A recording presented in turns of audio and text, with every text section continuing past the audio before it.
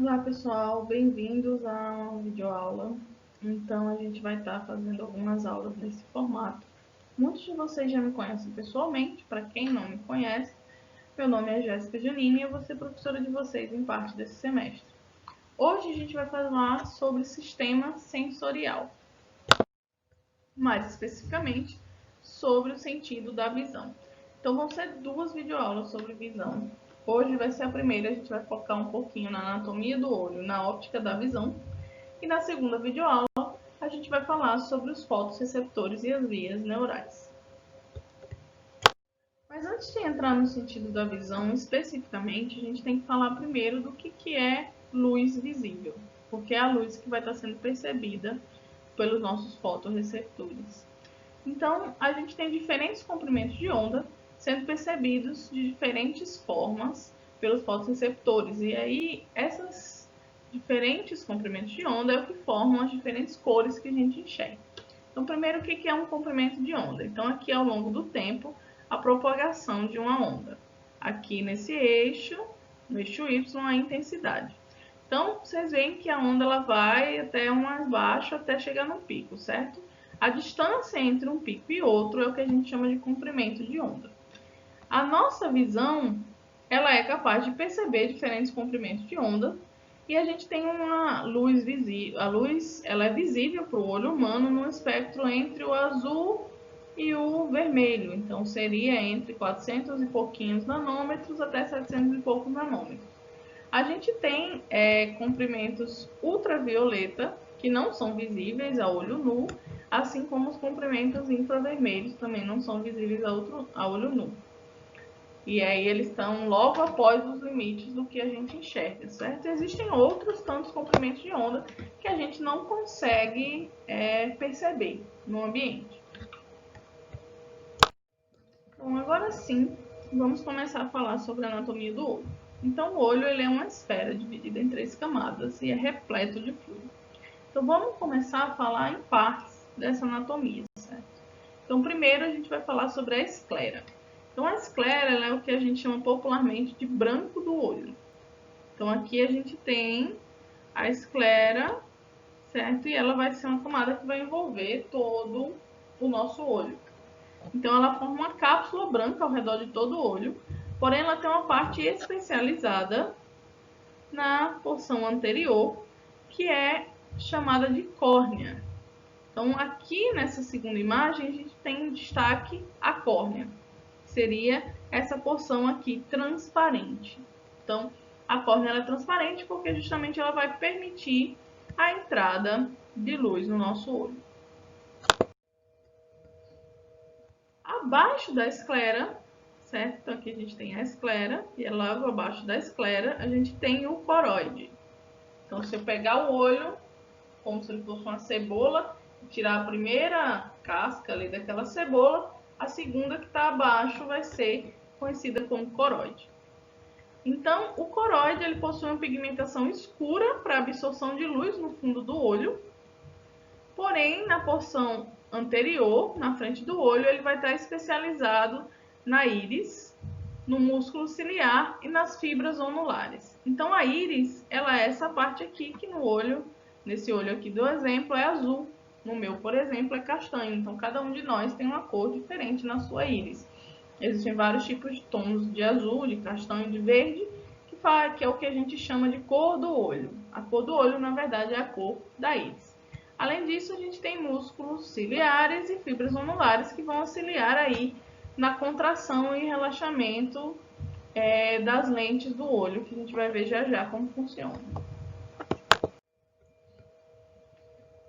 Aí, no centro da íris, a gente vai ter a pupila. Então, vamos falar agora um pouquinho da pupila.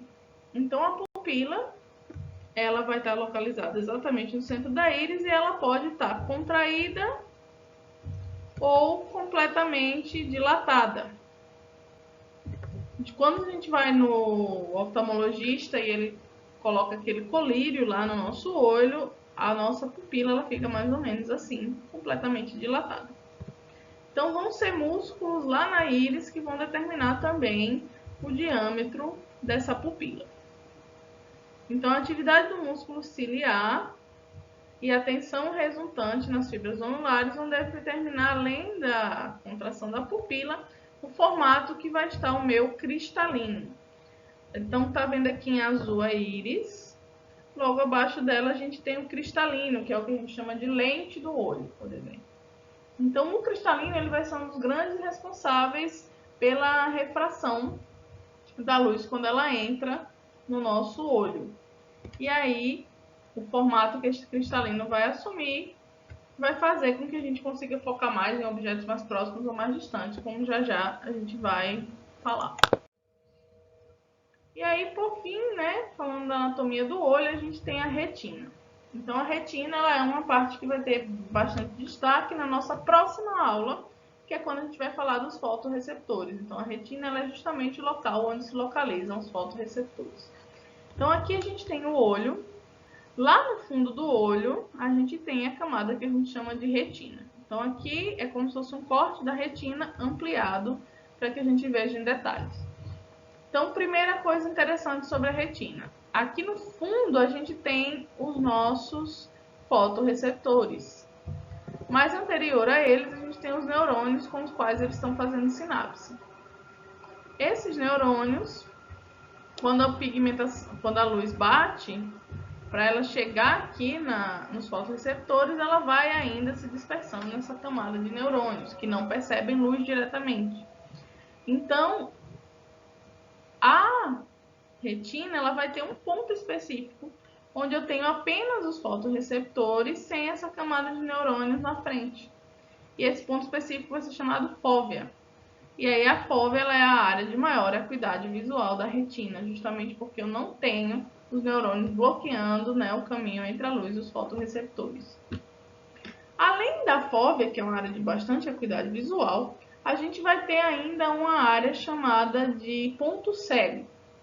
Então, o ponto cego ele vai ser, na verdade, o disco óptico, que é a área onde está inserido o nervo óptico. Então, aqui a gente teria, né, os neurônios fazendo sinapse e formando o nervo óptico, e também a inserção de vasos sanguíneos aqui na retina. Nessa porção, vejam que não tem a presença de fotorreceptores. Isso faz com que eu não perceba a luz que chega aqui nesse ponto. E aí, isso é o ponto cego na nossa retina. Claro que a gente não percebe as imagens ao nosso redor como imagem, imagem, imagem, ponto cego, imagem, imagem, imagem. Não, o nosso cérebro ele preenche essas lacunas para a gente. Mas a percepção lá na retina, ela tem um ponto cego, um ponto sem fotorreceptores, que é justamente o lugar onde está inserido o nervo óptico. Bom, a gente precisa ainda falar sobre os líquidos que estão dentro do olho. Então, como eu falei para vocês, o nosso olho ele é repleto de líquido. Então, eu tenho dois tipos principais de líquidos, o humor vítreo e o humor aquoso. Então, o humor aquoso ele vai preencher o que eu chamo de câmara anterior do olho, que é o espaço entre a íris e a córnea. Certo? Então, lembrem lá, córnea, íris, isso vai estar preenchido pelo humor aquoso, esse espaço entre elas duas. O humor vítreo, ele vai preencher a câmara posterior do olho, ou seja, o espaço entre a lente, que é o cristalino, que está logo atrás da íris, e a retina, que vai estar lá no fundo do meu olho. Então, lembre que quando a gente vê a luz através do ar, ela tem um formato, uma direção, mas quando a gente está vendo ela através da água, ela pode ter outro formato e outra direção. Isso é o que a gente chama de refração. Então agora a gente vai falar justamente da óptica da visão por causa desse efeito de refração que é provocado tanto pelo humor vítreo quanto pelo humor aquoso. Então aqui, ó, na letra A, a gente tem um ponto, uma fonte de luz que está refletindo luz para todos os lados, e aqui a gente tem um compartimento de vidro, digamos que pode ser um copo de água. Imagina um copo de água e aí a gente tem uma luz colorida passando por esse copo de água. O que acontece quando a luz atinge esse copo? Quando ela atinge a água, ela vai entrar e vai sofrer refração, ou seja, ela vai refletir para um outro ângulo. No nosso olho é a mesma coisa. Então, aqui a gente tem o ponto A e o ponto B. A luz que está em A, ela vai entrar no nosso olho, vai refletir no humor aquoso e no humor vítreo e vai chegar lá exatamente em cima da retina, num ponto específico. Então, a refração dentro do olho, ela é responsável por fazer com que as imagens se projetem exatamente em cima da retina e assim possam ser percebidas de forma adequada pelos nossos fotorreceptores. Agora perceba uma coisa, graças à refração também, o que está no ponto A que está mais acima vai ser percebido mais abaixo, o que está no ponto B mais abaixo vai ser percebido mais acima. Isso significa que na nossa retina, a imagem ela se forma de cabeça para baixo. Então, a córnea, certo? Lembre da córnea lá, ela é o que permite a maior refração da luz. E aí já começa um grande ângulo de refração logo lá no início do meu olho. Graças a essa grande refração que acontece tanto na córnea, quanto no cristalino, quanto no líquido, a gente tem a imagem se formando de cabeça para baixo, como eu falei. Ah, mas por que a gente não enxerga tudo de cabeça para baixo? Então, as áreas corticais responsáveis pela visão, elas vão desinverter essa imagem. Então, a gente percebe as coisas da maneira como, na posição que elas estão, né? A gente não fica aí enxergando árvores de cabeça para baixo. Mas é graças ao nosso córtex que vai desinverter essa imagem que é formada invertida na retina. Bom, além disso, a gente tem um processo na óptica da visão que a gente chama de acomodação. A acomodação é justamente o processo de você acomodar para que você enxergue coisas que estão mais perto ou mais longe. Então, você vai acomodar o seu foco para enxergar o que está mais perto ou o que está mais longe de você. Então, o ajuste para a distância da qual a luz está sendo refratada é feito pelas lentes. Então, olha aqui o papel do nosso cristalino.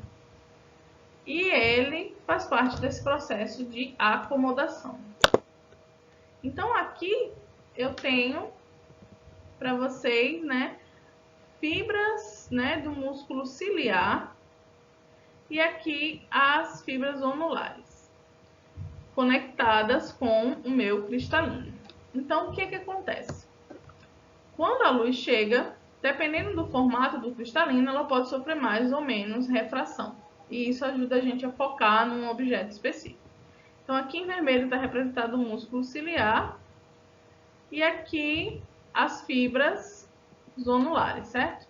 Então, quando eu tenho um objeto próximo, o músculo ciliar ele contrai e muda o cristalino. Esse cristalino fica mais arredondado por conta do relaxamento aqui das fibras zonulares, certo?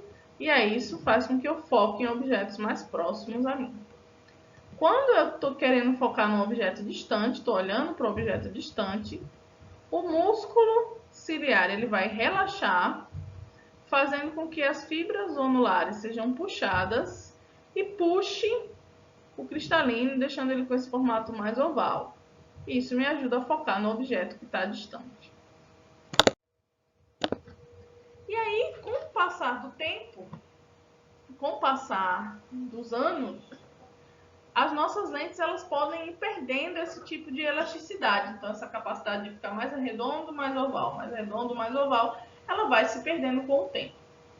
E aí, a perda dessa elasticidade, ela pode chegar a prejudicar a visão. Quando isso acontece, a gente tem uma condição chamada de presbiopia. Então, a presbiopia ela nada mais é do que a perda da elasticidade das lentes. O que significa isso? Você pode começar a ter dificuldade para ler letras muito pequenas ou, por exemplo, placas que estão muito distantes de você. Hoje em dia, isso é facilmente corrigido com o uso de óculos.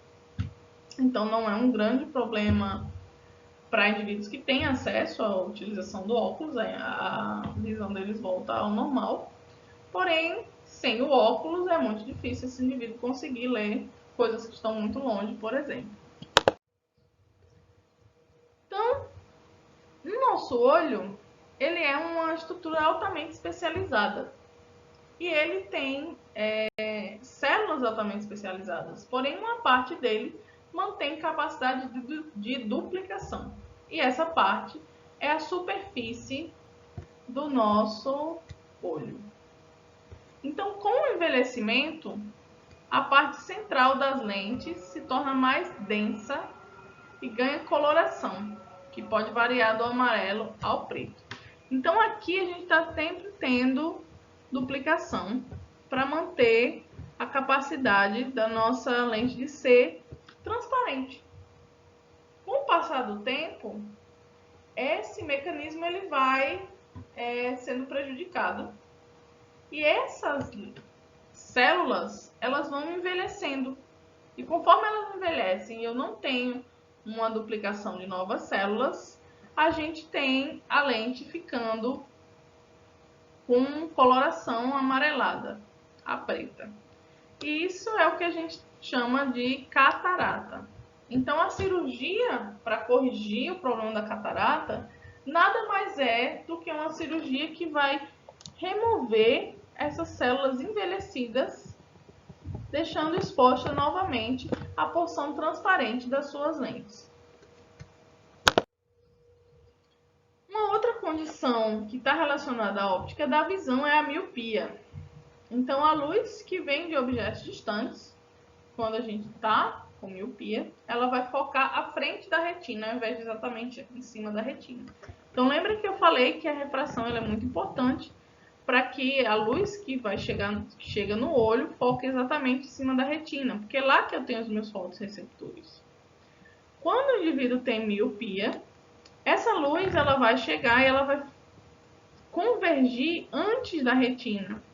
E daqui vai refratar novamente, vai ter um outro sinal que vai chegar lá na retina. Então o indivíduo ele vê as coisas borradas, principalmente objetos distantes dele. Hoje em dia a gente tem lentes que vão corrigir esse problema. E aí o que a lente faz? Ela justamente muda o ângulo no qual aquela luz está chegando lá no olho, então a gente usa a lente para corrigir isso. E aí faz com que a luz chegue, converge, vai convergir exatamente em cima da retina, corrigindo esse problema. A hipermetropia, ela é um problema que é o inverso da miopia. Então, enquanto na miopia a gente tem a luz convergindo antes de chegar na retina, na hipermetropia a gente tem o ponto de convergência depois da retina. Isso faz com que também a gente tenha uma imagem borrada, principalmente para objetos que estão próximos a nós. E aí, mais uma vez, a gente tem as lentes para corrigir o problema e fazer com que a imagem se forme exatamente em cima da nossa retina e seja percebida de forma correta pelos nossos fotorreceptores. Bom, por fim, só para falar um pouquinho do mecanismo de contração da pupila e relaxamento, então a gente tem aqui a íris, certo? E a gente tem músculo nessa íris. Então, a contração do músculo que a gente chama de esfíncter da íris é o que faz com que a pupila diminua ou aumente de tamanho. Então, quando você está numa situação de ativação do sistema nervoso parasimpático, o sistema nervoso parasimpático vai estimular a contração do músculo esfíncter e vai fazer com que você tenha contração da pupila. O parasimpático. Quando a gente tem estimulação do sistema simpático, a gente vai ter estimulação aqui do músculo radial. Esse músculo radial, ele puxa o músculo circular e faz com que a pupila se dilate. Então, o sistema parasimpático estimula o músculo circular, contrai a pupila. Sistema simpático estimula o músculo radial, dilata a pupila. Bom, pessoal, é isso sobre a nossa primeira parte do sistema visual, é isso sobre a óptica da visão e a anatomia do olho. Na próxima videoaula, a gente vai falar sobre a retina, especificamente sobre os fotorreceptores e sobre as vias neurais da visão.